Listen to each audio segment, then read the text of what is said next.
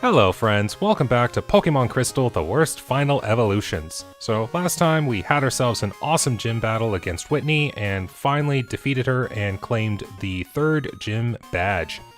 Then we just celebrated in the national park and we managed to catch the Sudowoodo that was blocking our way to the next town. Now before we continue onwards, I mentioned in the last episode that I wanted to do something just for the fun of it, and that involves Pokemon eggs.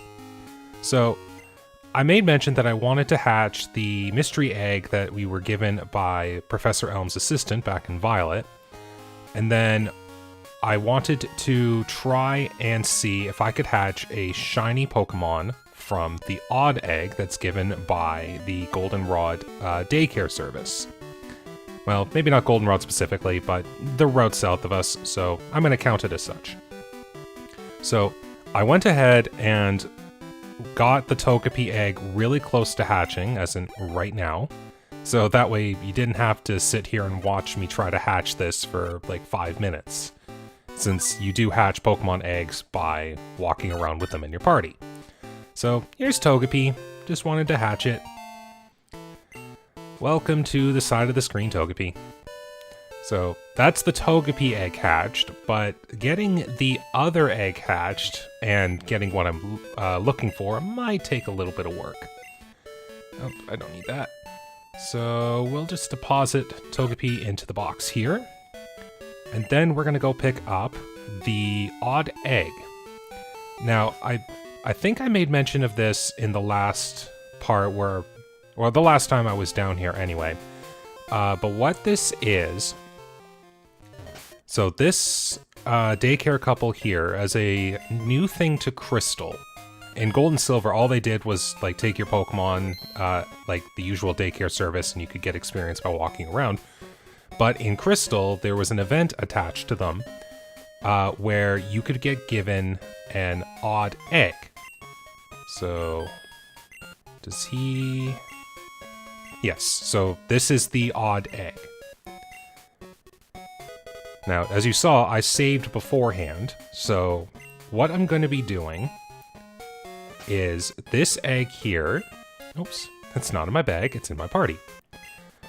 I will be attempting to hatch this, and the cool thing with the odd egg is that there is a very, very strong likelihood that this egg will hatch into a shiny Pokemon.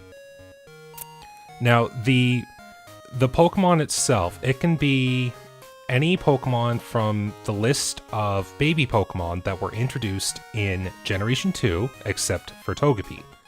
So the Pokemon are Pichu, Cleffa, Igglybuff, Smoochum, Elekid, Magby, and Tyrogue.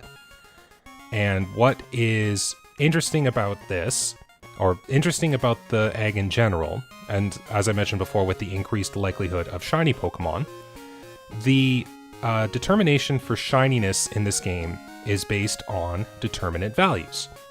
I made pretty much a whole episode about that with Unknown, so I've already talked at length about DVs, but how shiny works in this game is if your DVs are of specific values, then the Pokemon itself will be shiny. And thankfully, it's simple in its concept. If your DVs for speed, special, and in this case it's both special stats because the number is used for both, and your defense stat are equal to 10, and the maximum is 15, so it's a range between 0 and 15. If those values are 10, and your attack stat, and hopefully I get this right because it can be a series of numbers, it's either 2, 3, 6, 7, 10, 11, 14, or 15. If it's one of those and the other 3 values are equal to 10, you'll get a shiny Pokemon. And that itself is really, really cool that you can have the ability to get a shiny Pokemon with the odds that the odd egg gives. Now, the odd egg itself, it started in Crystal as a Japanese event. So, like, Japan got Crystal first, and then North Americans got Crystal later.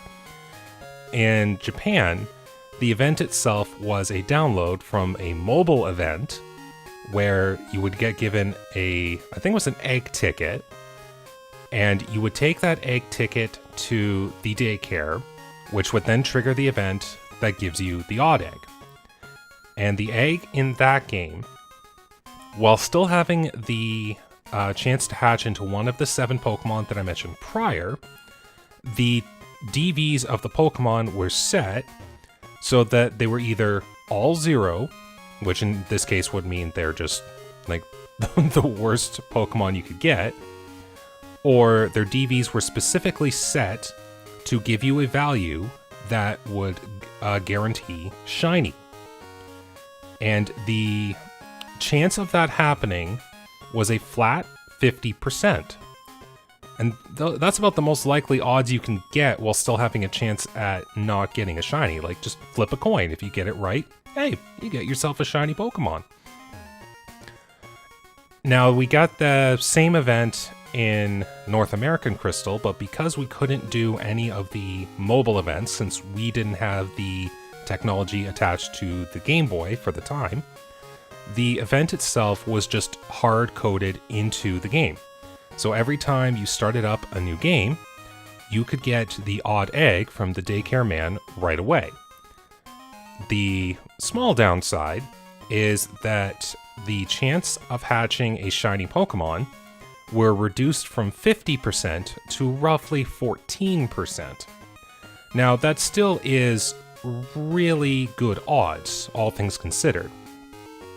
The chance of actually finding a shiny Pokemon in the wild is about a 1 in 8,192% chance. Whatever the number is, I'll just stick it on the side of the screen there. And every time you encounter a wild Pokemon, that's the numbers that'll get rolled every time. Now, it's just a rough approximation based on the odds of getting the specific DV values. But hunting for shiny Pokemon is something that a lot of Pokemon collectors do. It's a fun pastime. I've done it every once in a while, if I actually want to put myself through it. Sometimes I've gotten lucky and been like, hey, let's look for a Pokemon and get it within like maybe 20 or 30 encounters, and then sometimes it takes me close to 2,000, and then I'm just like, why am I doing this? But it can be a fun thing to do. So I wanted to try for a shiny Pokemon in this game in honor of a playthrough I did as I was trying to get a living Pokedex in Generation 2. And I was thinking, what kind of a party do I want to go through the game with? So I tried to get a shiny Pokemon from the odd egg. And within a few attempts, I managed to get a shiny Pichu. So I went through the game with a shiny Raichu at the end, and let me just say, it was a lot of fun to have a shiny Pokemon on my team. Now, I have encountered a fair number of shiny Pokemon throughout my years of playing Pokemon games, but I have only ever gotten 3 shiny Pokemon while playing Generation 2 games, and those didn't happen until my later years in life. I never got a shiny Pokemon in Generation 2 games except for the guaranteed shiny red Gyarados, and we'll encounter that later in the playthrough. But those shiny Pokemon, a random shiny Pidgey that I encountered while training one day, and I was like, oh my goodness, I'm catching you now. A shiny Celebi that I was purposely hunting for, and I soft resetting the game about 1,500 times before I managed to get it. Go me. And then the aforementioned shiny Raichu.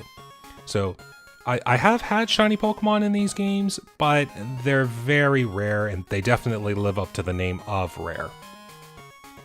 So I want to, for the fun of it, have a shiny Pokemon on the side of the screen as mascot like all my other characters that I catch. Now, I'm sure you'll notice that... Oh, okay, so we're about halfway there. That's not too bad. how eggs work in these games, I made a small mention of this prior. If you have the egg in your party, that's how you proceed to hatch them. The system works is we'll say roughly 252 steps. What happens in the background is known as an egg cycle. So after the 252 steps, every egg in your party has... Well, okay, maybe I should just back that up a little bit. Every egg in this game, so every species of Pokemon has attached to it an egg cycle counter. And that determines how many egg cycles must pass, if they're an egg, before they hatch into a level 5 Pokemon of whatever the egg species is. Some Pokemon are really quick, like they maybe only have like a step counter of 5, so whatever 5 times 252 is, that's roughly the number of steps it'll take to hatch. And then some Pokemon could have as high as 40 cycles. So as you can see, that's a very, very large number. That's usually attached to a lot of legendary Pokemon or incredibly rare Pokemon. And legendary Pokemon can't be in eggs, but they have to be hard-coded into the game in case, you get a random legendary egg somehow. The game needs a value to keep it from crashing. So just walking around or riding around on a bike, every 252 steps will reduce the egg cycle counter on every egg in your party by 1. And then it checks to see if the value is set to 0. And if the value is 0, that's when your egg will hatch. And that's what I'm trying to do right now. And as you can see, it's not like the later games where you have access to faster bikes. I have to go at pretty much double walking speed, which is still pretty slow, all things considered. But this is one of the more effective ways to actually hatch Pokemon, is just find a random stretch of land that is devoid of any obstacles, and you just keep going back and forth. And eventually, the egg cycle will drop to 0, and you will get a new hatched Pokemon. So I'm just going to take a look here. Okay, good. The egg itself is about to hatch. So this is kind of a return of my Goldenrod guessing games that I've kind of had going in the last few episodes. This will probably be the last one of those for now, so it's just kind of a fun little side diversion I thought of while I was here in Goldenrod. But I want to see if people can guess how many eggs will I have to go through before I hatch a shiny Pokemon. Now, it's not going to be like the Yanma catch where I don't show every single attempt. I will probably have something going on in this episode here where I'll show off all of the attempts to hatch the egg. Maybe not with commentary, but I will at least try to show what attempt each one was. And then it'll just be me coming back in whenever I happen to hatch the shiny. And as you can see here, it does take a little bit of time. Most of the baby Pokemon, I think, have the same egg cycle count, so every egg will be roughly the same amount of steps to hatch. Now, the thing is, with the odd egg, once you accept the egg, the Pokemon that you get in it is set, so no matter what, you would hatch that Pokemon. But if you save before receiving the odd egg, then every time you go to pick it up, it will pick from a new set of values, which means you have a chance at getting a different Pokemon. So I saved before I accepted the odd egg, so I can keep coming back and trying if I keep hatching a regular Pokemon. And that's going to be my plan until I actually hatch the shiny. So I just have to keep going back and forth here. Okay, so here we go. This is the odd egg first hatch. And we're going to see if I get a shiny Pokemon. Please be shiny.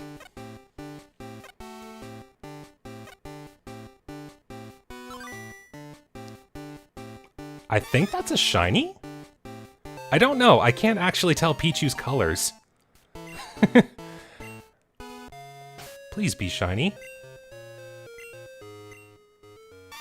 Oh my goodness, I hatched a shiny on the first try. That's so cool. Ah, that feels so good. And even better too, it's a shiny Pichu, so I get to enjoy having a shiny Pichu on the side of the screen. Oh my goodness, I don't have to go through hatching like 10 eggs to get that one shiny. Well, welcome to the side of the screen, Pichu. I'm glad to have you again. Well, okay, so I don't have to go through trying to hatch a bunch of eggs to find the one random shiny Pokemon that I want to get. I can actually now proceed on with the adventure. So welcome back, Dart. And now let's get ourselves organized here. So now that we've defeated Whitney and the Miltank, I can now progress onwards to the next town, which is the town of Ecruteak, or Ecruteak City. I know some places in this game are town, some are city. It really makes no difference, but it is Ecruteak that we are going to next. And I thankfully defeated every trainer along the way here. But I'm just going to make the detour through National Park since I can avoid wild Pokemon. And we can get on our way sooner. Now, I think it's been long enough. I can get a Ice Berry for my trouble here. All they do is just sell for 5 Poké-Dollars, but hey, they're... Okay, I can never tell with the item descriptions. There's Burnt Berry and Ice Berry. Yeah, the Ice Berry cures the burns. The Burnt Berry cures freeze. Ah, naming conventions. Okay, but now we can continue onwards. Okay, we got another set of twins, which, despite being together, is not a double battle. That is introduced in the next games.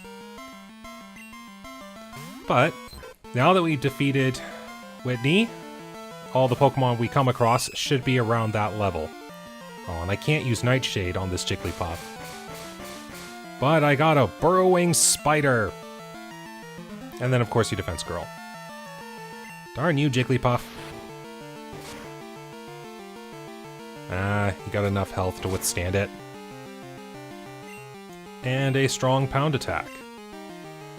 Well, time to go with my usual backup strategy.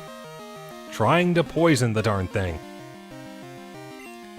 Oh man, I cannot wait to get Sludge Bomb on Weber.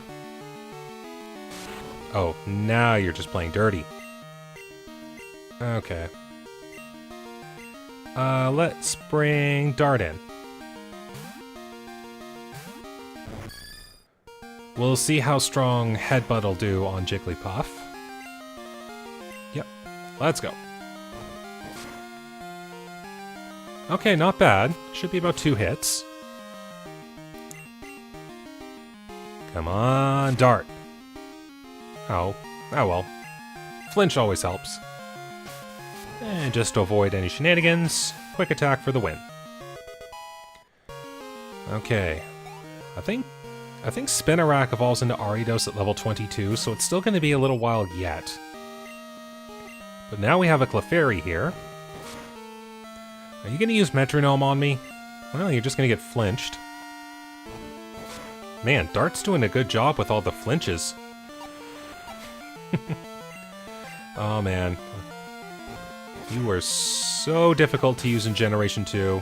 At least you're a lot better in Generation 3 and onwards. Okay. So that's 1 trainer down. And then we're just going to take this trainer on.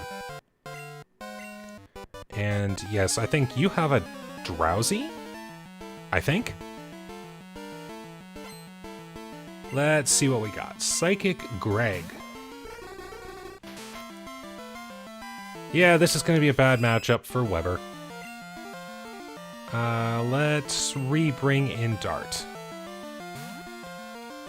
Hopefully I don't get put to sleep right away. Haha, dodge disable. Alright, time to see how many times I can flinch this thing. Oh, there's 1. Let's make it 2. Oh my goodness, Dart. I know this is probably due to headbutt, but you're making it work so well. And level 18 like the rest. Yeah. Speed stat's good, everything else is mediocre. Well, okay then. Pretty quick route, but we are now here in Ecruteak City. Just gonna make a quick stop off to the Pokemon Center here. And before all things here, we have a surprise visitor. Hi, I'm Bill. And who are you? Storm, huh? You've come at the right time. I just finished adjustments on my time capsule. You know that Pokemon can be traded, right? My time capsule was developed to enable trades with the past. But you can't send anything that didn't exist in the past. If you did, the PC in the past would have a breakdown. So you have to remove anything that wasn't around in the past. Put simply, no sending new moves or new Pokemon in the time capsule. Don't you worry, I've done with the adjustments. Tomorrow, time capsules will be running at all Pokemon Centers. Now I have to hurry back to Goldenrod to see my folks. Bye-bye! So what good old Bill here talked about is the cool thing with Pokemon games is their ability to connect with previous installments of the game. Now, Red, Blue, Yellow, and Gold, Silver, Crystal are games set to themselves. The technology for the Pokemon games, moving from Game Boy Color to Game Boy Advance, just didn't pan out working together, so that was what was known as the Generation 2-3 split, where you couldn't send any Pokemon back to Gen 2, and you had to settle with starting anew in Generation 3. But this did allow you to trade back and forth between Generation 1 and Generation 2 games, which is really cool. Especially being able to bring all your Pokemon up from the past games to this one and continue your adventures like it was only yesterday. Now here we are at what is the next thing we have to do. It is the Burnt Tower. Now I don't know how well this will go. Actually, how much money do I have? Okay, probably a good idea if I go spend a little bit of that. I do have another encounter with my rival in the tower there. How well that'll go? I've got no idea. Okay, that would also be an idea too. So let's just get some potions. And just to have on me, just in case, a few Pokeballs. Okay. Now, as I was passing by this building here, I was thinking to myself, hey, why don't I tackle this one instead and get the reward from this building, which is a requirement to continue in the game. This is the Ecruteak Dance Hall.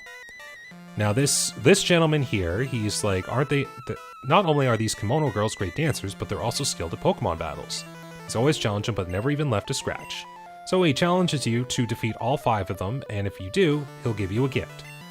Mind you, this guy is going in with a Rhydon, which I'm amazed that he can go in with a Rhydon, which you normally only get at about level 40, and gets defeated by these 5 kimono girls here who have EV evolution that are level 20 and lower. So, kind of surprises me. But anyways, let's try to tackle this 5 kimono girl gauntlet, starting with the left. Now, as I said before, each one of them will have an evolution to the Pokemon Eevee, and they'll only have 1 each, so Naoko here has a Flareon, which is a terrible idea for Weber, so I am getting the heck out of there. We'll let Palmer come in and have some fun. And a good thing, too, because I was about to get burned. Now let's go in with Cut. Oh, not bad. Oh no, Sand Attack. Cut's already inaccurate as it is. But not bad. If I can hit the next hit, that's a Flareon down. Okay, well, we're off to a good start, and we took out the thing that's very dangerous for bugs. And also we have our first level 20. Okay, 1 down. And now we can just continue onwards with the next one. Always dance with Pokemon. Okay, Kimono Girl number 2. Sayo. I think she's Espeon? Okay, I do remember my order. But this is also another horrible battle for Weber. So we're gonna bring in... It could be funny with Effie bringing a Psychic versus a Psychic. But we're gonna bring in Dart. Okay, well, I'm not part poison, so this is only neutral damage. But Espeon is really strong. One of my favorite Psychic Pokemon, actually. Okay, yep. That's a KO Dart. Okay, and no way Weber could live that. So let's go in with resisting it. Effie's time to shine. Until you blanket it out with sand. Oh, this is where I wish I had something that could, like, guarantee a hit. Okay, all it's going for is stat lowering, but I did deal some decent damage. As long as I can get 2 more hits, that should be a knockout. Or maybe 1 more if I get the right damage. Okay, 2 more hits it is.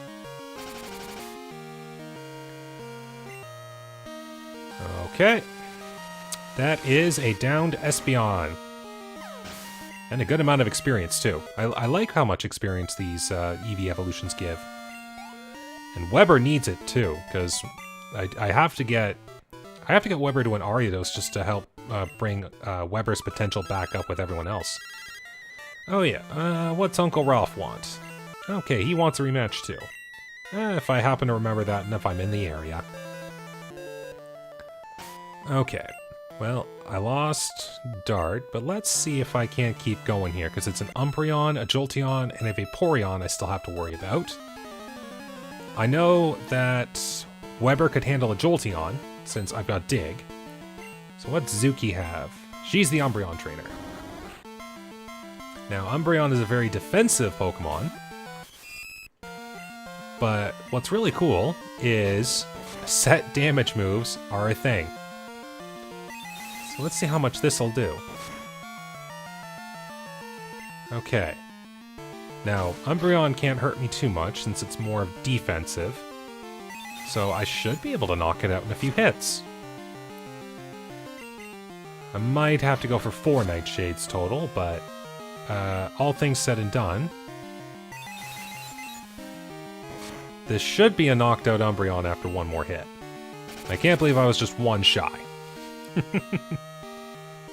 Oh, well-timed. Oh, but a well-timed Quick Claw finishes the job. And a lot of experience for my trouble, so yay! Well, that's 3 down. Oh. Mom got just enough money, so she's just sent me another item. I'll have to check my PC box for these items. Maybe there's something I'll need. Okay, so trainer number 4.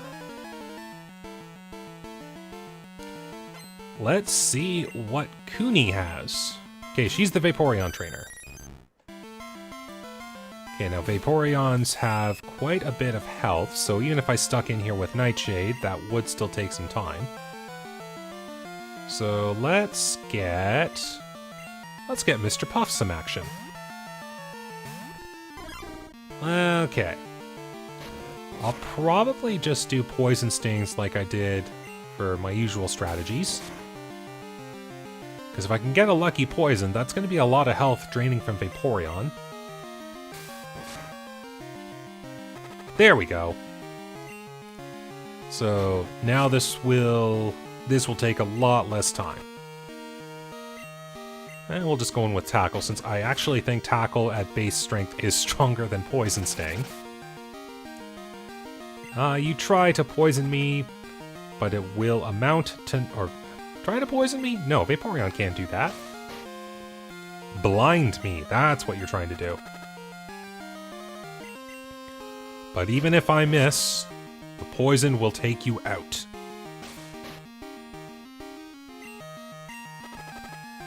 Like that. And that's getting Weber some really good levels. 2 more to go, and I think we'll have a new companion to the team. But I'll keep trying to get it, since Weber needs as much strength as he can get right now. So... Actually, I want to let Weber... have the last fight here, since it is the Jolteon. So I'll give him a little health so that he can at least withstand a possible Thunder Shock. Okay. Final Kimono Girl.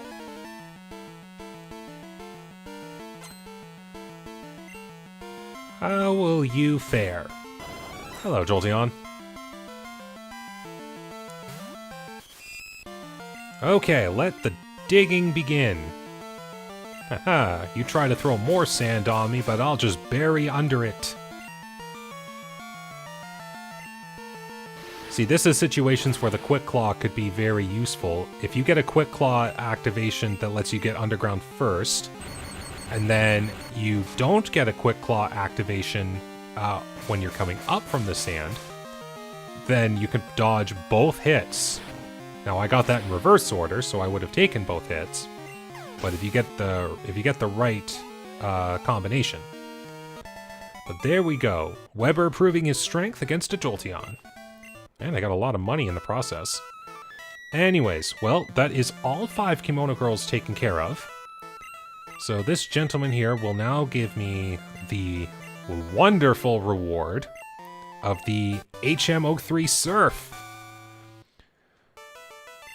And hey, guess what? I have a water Pokemon on my team that would just love to get Surf on him. So now this is going to give a huge power boost to Mr. Puff. And once I get the gym badge from Ecruteak, I will be able to start surfing on water. Okay, I'm trying to avoid using the evasion boosting move, so let's just get rid of it now, and I don't have to worry about it. But there we go. Mr. Puff now has a very, very powerful water-type move. So expect Mr. Puff to have a lot more offensive capability in future fights. But anyways, I'm going to call the episode here. It's been about another half hour, and, well, I know the first half was me just trying to hatch an egg, but I did try to throw in some Pokemon fights to help spice up the second half. And when I return for the next episode, we can then tackle the Burnt Tower, like I said I was going to, but then got distracted. But getting Surf will make it a lot easier to handle what is in there. So I'm gonna tackle that on the next episode. So thank you very much for watching. Take care, stay safe, and have yourselves a good day.